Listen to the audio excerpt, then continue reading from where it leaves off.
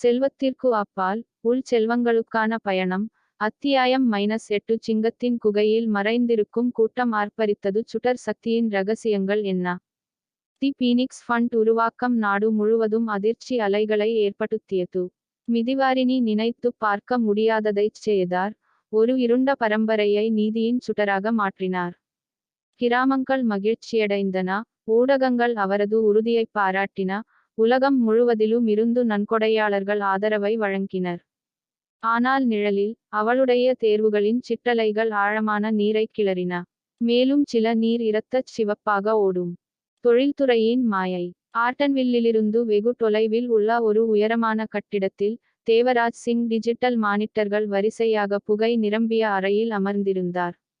திருட்டுத்தனமான செயல்பாடுகள், அரிய மண் சுரங்கம் மற்றும் சர்வதேச ஆயுத வர்த்தகத்தின் ஜாம்பவானான அவர், ஒரு காலத்தில் பழங்குடி நிலங்களிலிருந்து எடுக்கப்பட்ட வளங்களை அமைதியாக பயன்படுத்தி வந்தார்.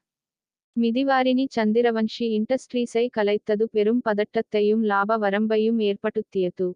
அவள் தன் குடும்பத்தின் பாரம்பரியத்தை மட்டும் சவால் செய்யவில்லை என்று தேவ்ராஜ் உருமினார். பல தசாப்தங்களாக கட்டமைக்கப்பட்ட ஒரு வலையமைப்பை அவள் அவிழ்த்து வருகிறாள். மறைகுறியாக்கப்பட்ட அழைப்புகள் வழியாக அவரது குரல் எதிரொலித்தது. அவர் அதை புராஜெக்ட் கிரவுண்ட்கட் என்று அழைத்தார். ஊழல்களை புனைந்து, பயனாளிகளை ஏமாற்றி, ஊட்டகங்களில் தவறான கதைகளை விதைத்து பீனிக்ஸ் நிதியை சீர்குலைக்கும் ஒரு எதிர் முயற்சி. அவன் முதல் நடவடிக்கையா? ஒரு மச்சத்தை அம்பலப்படுத்து. தரவரிசையில் சந்தேகம். கவுன்சில் தலைமையகத்தில் மகசனுக்கு உங்கள் மனைவியின் இரகசிய அறங்காவலர் என்ற தலைப்புடன் ஒரு சந்தேகத்திற்கிடமான மின்னஞ்சல் வந்தது. தேவ்ராஜின் பிராந்திய கூட்டாளிகளில் ஒருவராக அறியப்பட்ட ஒருவருடன் பிரதா உரையாடிக் கொண்டிருக்கும் மங்கலான புகைப்படம் இணைக்கப்பட்டுள்ளது. நேரம் மோசமாக இருந்தது. அவள் சூரிச் நிதிக்கு உறுதியளித்தாள் என்று மகசன் முணுமுணுத்தார். அவள் எங்களை எல்லாம் வழிநடத்திச் சென்றால் என்ன செய்வது? மிதிவாரிணி தன் உறவினரை நம்ப விரும்பினாள். ஆனால் சந்தேகம் மெதுவாக நகரும் மூடுபனி போல உள்ளே நுழைந்தது. அதனால் அவளை எதிர்கொள்ள முடிவு செய்தாள். பிரதாவின் வாக்குமூலம். ஆலமரத்தடியில் மிதிவாரிணி அந்த புகைப்படத்தை பிரதாவின் முன் வைத்தாள். எனக்கு இனி அரை உண்மைகள் வேண்டாம். பிரதாவின் முகம் இறுகியது. ஆமாம், நான் அவரைச் சந்தித்தேன், அவள் சொன்னாள். ஆனால் தேவ்ராஜுக்காக அல்ல, உன் அம்மாவுக்காக. மிதிவாரிணி உறைந்து போனாள். என் அம்மா? பிரதா தலையசைத்தாள். அவள் உயிருடன் இருக்கிறாள். அவள் தலைமறைவாக இருக்கிறாள். அவள் ஒரு விபத்தில் இறந்துவிட்டதாக உன் தந்தை அனைவரையும் நம்ப வைத்தார். ஆனால் அவளுக்கு அதிகமாக தெரியும். 1994 இல் சந்திரவன்ஷி, ருத்ரா நிலம் கையகப்படுத்தல் ஒப்பந்தத்தை நிறுத்த அவள் முயன்றாள். அதனால்தான் அவள் காணாமல் போனாள். காய்ந்த மரத்தின் வழியாக மின்னல் பாய்ந்தது போல அதிர்ச்சி மிதிவாரிணியின் மார்பை கிழித்தது. அவள் உயிருடன் இருக்கிறாள். நீ எனக்குச் சொல்லவே இல்லையா? நான் அவளுக்கு சத்தியம் பண்ணிட்டேன். ஆனா இப்போதைக்கு நிலைமை மாறிவிட்டது. தேவ்ராஜ் உள்ளே போனால் நாம எல்லாரும் எரிஞ்சுடுறோம். இப்போ உனக்கு உண்மை வேணும். சாம்பலில் இருந்து கிசுகிசுக்கள். அன்று இரவு மகசோனும் மிதிவாரிணியும் நட்சத்திரங்களின் கீழ் ஒன்றாக அமர்ந்தனர். அவளுடைய குடும்பத்தை பற்றி அவளுக்கு தெரியும் என்று அவள் நினைத்த அனைத்தும், அவளுடைய தந்தை, அவள் அதிகாரத்திற்கு வந்ததற்கான காரணம், அவளுடைய நோக்கம் அவிழ்ந்து கொண்டிருந்தன. நான் இந்த வீட்டை இடிபாடுகளின் மேல் கட்டினேன் என்று அவள் கிசுகிசுத்தாள். மகசன் அவளை மெதுவாக பார்த்தான். அப்படியானால் கட்டிடக் கலைஞரை சந்திக்க வேண்டிய நேரமாக இருக்கலாம். நடுங்கும் கைகளுடன் பிரதா கொடுத்த ஒரு கடிதத்தை அவள் விரித்தாள். ஒரு இடம், கந்தாரா வன சரணாலயம். ஒரு நேரம், மார்ச் 10. சூரிய அஸ்தமனம். கீழே எழுதப்பட்ட ஒரு பெயர், வைத்தேகி சந்திரவன்ஷி. அவளுடைய அம்மா. அடுத்த போரின் ஒரு பார்வை. இதற்கிடையில் ஒரு சொகுசு பதுங்கு குழியில் தேவ்ராஜ் சிங் தனது நிறுவனத்தால் வடிவமைக்கப்பட்ட நீர் குழாய் பாதையை மாற்றியமைத்ததை கிராம மக்கள் எதிர்க்கும் நேரடி காட்சிகளை பார்த்தார். சிரித்துக் கொண்டே அவர் தனது உதவியாளரிடம் திரும்பினார். அவள் சாம்பலிலிருந்து எழுந்திருக்க விரும்புகிறாளா? தீப்பிழம்புகளில் மூழ்குவது எப்படி இருக்கும் என்பதை அவளுக்கு காண்பிப்போம். இரட்டை மேற்கோள் குறி. காந்தார வன சரணாலயத்தின் அடர்ந்த விதானத்திற்குப் பின்னால் சூரியன் மறைந்து, பழங்கால மரங்களின் மீது நீண்ட நிழல்களைப் போட்டது. வெளிச்சத்தில் அடியெடுத்து வைக்கத் தயாராகும் உண்மையின் சலசலப்பைத் தவிர, இங்கு அமைதி புனிதமானது. காட்டுக்குள் மறைந்திருந்த இடிந்து விழும் கல் குடிசையை நெருங்கும் போது மிதிவாரிணியின் இதயம் இடிந்தது. பிரதாவின் கடிதம் அவளை இங்கே அழைத்துச் சென்றது. ஆனால் உள்ளே காத்திருந்ததற்கு எதுவும் அவளை தயார்படுத்தியிருக்க முடியாது. மீண்டும் இணைதல் அவள் வாசலைத் தாண்டிச் சென்றாள், உறைந்து போனாள். அங்கே மங்கிய நீல நிற சால்வை போர்த்தப்பட்ட ஒரு பெண், கூர்மையான கண்களுடன், தலைமுடியில் வெள்ளிக் கோடுகளுடன், மீள்தன்மையை பேசும் ஒரு இருப்புடன் நின்றாள். வைத்தேகி சந்திரவன்ஷி. அவளுடைய அம்மா. உயிருடன். மிதி. அவள் குரல் விரிசல் போலவும், உடையக்கூடியதாகவும், கடுமையாகவும் இருந்தது. மிதிவாரிணியின் கண்களில் கண்ணீர் வழிந்தது. ஏன் திரும்பி வரவில்லை? வைதேகியின் பார்வை அசையவில்லை. ஏனென்றால் நான் வேட்டையாடப்பட்டேன். பழங்குடி நில மோசடியை நான் அம்பலப்படுத்தப் போகிறேன் என்பதை உன் தந்தை உணர்ந்தார். அந்த கார் விபத்தில் நான் இறந்துவிட்டேன் என்று உலகை நம்ப வைத்தார். ஆனால் நான் தப்பித்தேன். மிதிவாரிணியின் உலகம் சாய்ந்தது. உனக்கு எல்லாம் தெரியுமா? எனக்கு போதுமான அளவு தெரியும். ஆனால் நான் தங்கினால், அவர்கள் அடுத்து உங்களுக்காக வருவார்கள் என்பதையும் நான் அறிந்தேன். சொல்லப்படாத வரலாறு. வைதேகி ஒரு தோல் பத்திரிகையை எடுத்து மேசையில் வைத்தாள்.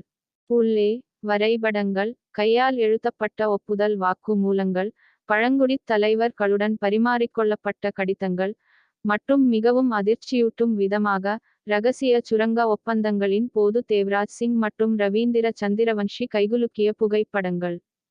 பார்த்தீர்களா? வைதேகி கிசுகிசுத்தாள். தேவராஜ் உங்கள் தந்தையின் கூட்டாளி மட்டுமல்ல. அவர் உண்மையான கைப்பாவை. அவருக்கு நிலம், நிறுவனங்கள், காவல்துறைத் தலைவர்கள் கூட சொந்தமாக உள்ளனர். ஜெயராஜ் அவருடன் ஒப்பிடும்போது ஒன்றுமில்லை. மிதிவாரிணி காலவரிசைகளுக்கு இடையிலான கோடுகளைக் கண்டுபிடித்தார். ஊழல் அவரது தந்தையின் வீழ்ச்சியுடன் முடிவடையவில்லை.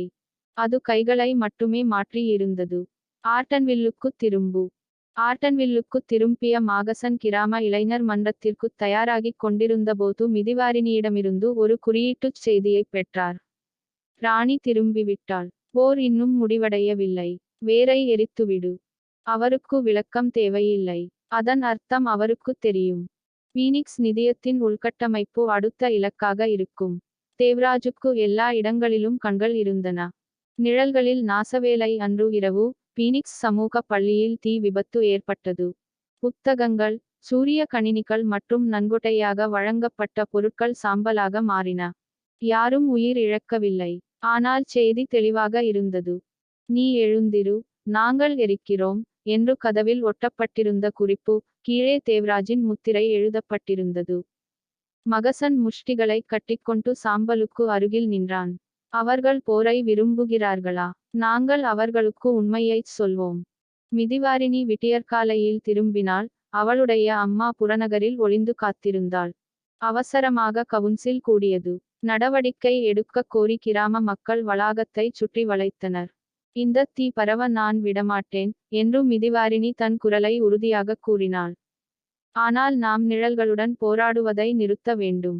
யார் கயிறுகளை இழுக்கிறார்கள் என்பதை உலகம் பார்க்கும் நேரம் இது. சூரிய ஒளி நடவடிக்கை ரகசியமாக. மிதிவாரிணி ஆபரேஷன் சன்லைட். ஒரு வெகுஜன வெளிப்படைத் தன்மை முயற்சியைத் தொடங்கினார். பீனிக்ஸ் நிதிக்கு நன்கொடை அளிக்கும் ஒவ்வொருவரும் சரிபார்க்கப்பட்டு வெளியிடப்படுவார்கள். தேவ்ராஜின் சுரங்க வலையமைப்புடன் இணைக்கப்பட்ட ஒவ்வொரு நில ஆவணமும் கண்காணிப்பு அமைப்புகளுக்கு கசியவிடப்படும். கிராமவாசிகள் தாங்கள் எவ்வாறு இடம்பெயர்ந்தார்கள் என்பதற்கான வீடியோ சாட்சியங்களைப் பதிவு செய்வார்கள், மேலும் பெயர்களை குறிப்பிடுவார்கள். எல்லாவற்றிலும் மிகவும் துணிச்சல் மிக்கவர், மிதிவாரிணி தேவ்ராஜை நேரடி தொலைக்காட்சி விவாதத்திற்கு அழைப்பார். நாங்கள் அவரை பகலில் அம்பலப்படுத்துவோம் என்று அவர் அறிவித்தார். ஆனால் அவர் வரவில்லை என்றால் என்ன செய்வது என்று பிராதா கேட்டாள். மிதிவாரிணி சிரித்தாள். அவர் செய்வார். ஏனென்றால் கொடுங்கோலர்கள் தங்கள் சொந்த பிரதிபலிப்புகளை விரும்புகிறார்கள். அழைப்பு விடுக்கப்பட்டது. மேடை அமைக்கப்பட்டது. தேவராஜ் சிங்கிற்கு நேரடியான, பகிரங்கமான சவாலை மிதிவாரிணி சந்திரவன்ஷி விடுத்தபோது, முழு நாடும் மூச்சுத் திணறியது. நீங்கள் நிழலில் வாழ்ந்திருக்கிறீர்கள், மறக்கப்பட்டவர்களின் முதுகில் பேரரசுகளை கட்டியெழுப்பியிருக்கிறீர்கள். மக்களை எதிர்கொள்ள வாருங்கள். உங்களிடம் உண்மை இருந்தால் அதை நிலைநாட்டுங்கள். அனைவருக்கும் அதிர்ச்சியாக, அவர் ஏற்றுக்கொண்டார். நூற்றாண்டின் விவாதம். கிராமங்களில் உள்ள செய்தி சேனல்கள், சமூக தளங்கள் மற்றும் திறந்தவெளி காட்சி நிலையங்கள் வழியாக நேரடியாக ஒளிபரப்பப்பட்ட இந்த நிகழ்வு மக்களின் தீர்ப்பு என்று முத்திரை குத்தப்பட்டது. ஒரு மேடையில் மிதிவாரிணி கோப்புகள், சாட்சியங்கள் மற்றும் அவரது தாயின் நாட்குறிப்புடன் நின்றிருந்தார். மறுபக்கம் தேவராஜ் சிங் அமைதியாக கணக்கிட்டு தையல்காரர் அணிந்திருந்த உடையில் அவரது தனித்துவமான புன்னகையை மறைக்காமல் இருந்தார். ஒரு சிவில் பரிமாற்றமாகத் தொடங்கியது விரைவாக அதிகரித்தது. நீ தியாகியாக நடிக்கும் ஒரு சலுகை பெற்ற வாரிசு என்று தேவராஜ் ஏளனமாக கூறினார். நீ குற்ற உணர்வைப் பெற்று அதை மினுமினுப்பில் போர்த்தினாய். மிதிவாரிணியின் பதில் அமைதியாக இருந்தது, ஆனால் துளையிடுவதாக இருந்தது. நான் சாம்பலைப் பெற்றேன். அவற்றிலிருந்து வெளிச்சத்தை உருவாக்க நான் தேர்ந்தெடுத்தேன். கூட்டம் ஆர்ப்பரித்தது. தேவராஜை சட்டவிரோத நில கையகப்படுத்துதல், கார்ப்பரேட் ஷெல் மோசடி மற்றும் அரசியல் வற்புறுத்தல் ஆகியவற்றுடன் தொடர்புபடுத்தும் ரகசிய ஆவணங்களை அவர் அம்பலப்படுத்தினார். பின்னர் அவர் ஒரு இறுதி வீடியோவை வாசித்தார். அவளுடைய தந்தை ரவீந்திராவின் ரகசிய பதிவு. தேவராஜ் எப்போதாவது மாறினால் அது நம் அனைவருக்கும் முடிந்துவிட்டது. இந்த பேரரசின் வேர்களுக்கு அவர் சொந்தக்காரர். தேசமே திகைத்துப் போய் அமைதியாக பார்த்து கொண்டிருந்தது. ஒரு தேசம் விழித்தெழுகிறது. அதைத் தொடர்ந்து வந்த மணிநேரங்களில் போன்ற ஹேஷ்டேக்குகள் உலகளாவிய போக்குகளில் ஆதிக்கம் செலுத்தின. புலனாய்வு நிறுவனங்கள் அவசர தணிக்கைகளைத் தொடங்கின. தேவராஜின் நிறுவனக் குழுவில் பல உயர் பதவி ராஜினாமாக்கள் நடந்தன. ஆனால் அவர் அதை முடிக்கவில்லை. மூளை முடுக்கிவிடும் மிருகங்கள் தலைவணங்குவதில்லை, அவை கடிக்கின்றன. இருட்டில் பழிவாங்கல். அன்று இரவு கிராம மக்கள் சதுக்கத்தில் கொண்டாடிக் கொண்டிருந்தபோது அந்தப் பகுதி முழுவதும் மின்தடை ஏற்பட்டது. முகமூடி அணிந்த நபர்கள் பீனிக்ஸ் நிதியத்தின் தலைமையகத்திற்குள் நுழைய முயன்றனர். பாதுகாப்பு காட்சிகள். பின்னர் அவர்களில் ஒருவர் தேவராஜின் சம்பளப் பட்டியலில் இருந்த முன்னாள் இராணுவ அதிகாரி என்பது தெரியவந்தது. ஆனால் அவர்கள் எதிர்ப்பை எதிர்பார்க்கவில்லை. மகசன், பிரதா மற்றும் பீனிக்ஸ் தன்னார்வலர்கள் குழு அந்த வளாகத்தை பலப்படுத்தியிருந்தது. அவர்கள் பதிலடி கொடுத்தனர், வன்முறை மூலம் அல்ல, ஆனால் வெளிப்பாடு மூலம். நேரடி ட்ரோன் காட்சிகள் தாக்குதலை நிகழ்நேரத்தில் படம் பிடித்தன. சில நிமிடங்களில் நாடு தழுவிய செய்தி பரவியது. ஒரு காலத்தில் தீண்டத்தகாதவராக இருந்த தேவராஜின் பிம்பம் காய்ந்த பூமியைப் போல நொறுங்கிக் கொண்டிருந்தது. சிங்க நீர்வீழ்ச்சி. மறுநாள் காலை இன்டர்போல் தேவராஜ் சிங்கிற்கு சிவப்பு அறிவிப்பை வெளியிட்டது. அவர் நாட்டை விட்டு ஓடிவிட்டார். ஆனால் அவர் தனது சமூக ஊடக கணக்கில் ஒரு இறுதிச் செய்தியை விட்டுச் சென்றார். பெண்ணே, நீ என் கிளைகளை எரிக்கலாம். ஆனால் வேர்கள் நீங்கள் நினைப்பதை விட ஆழமாக ஓடுகின்றன.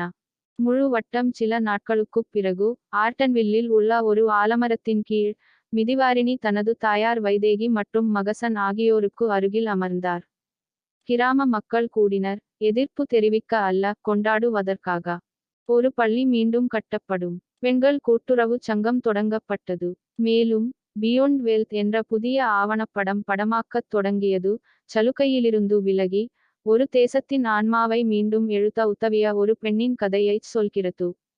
மிதிவாரிணி நின்று கொண்டு சொன்னாள், செல்வம் என்பது தங்கம், நிலம், மரபு என்று நமக்குச் சொல்லப்பட்டிருக்கிறது. ஆனால் உண்மையான செல்வம் உண்மைதான். உண்மையான செல்வம் என்பது ஒன்றாக எழும் மக்களே. நான் ஒருபோதும் பணக்காரனாக இருந்ததில்லை. மகசன் அவள் அருகில் அமைதியாகச் சிரித்தான். பிரமாண்டமான சைகைகள் இல்லை, விசித்திர கதை முடிவுகளும் இல்லை, பகிரப்பட்ட நோக்கம் மட்டுமே. செல்வத்திற்கு அப்பால் உள் செல்வங்களுக்கான பயணம். அத்தியாயம் -9 தொடரும்.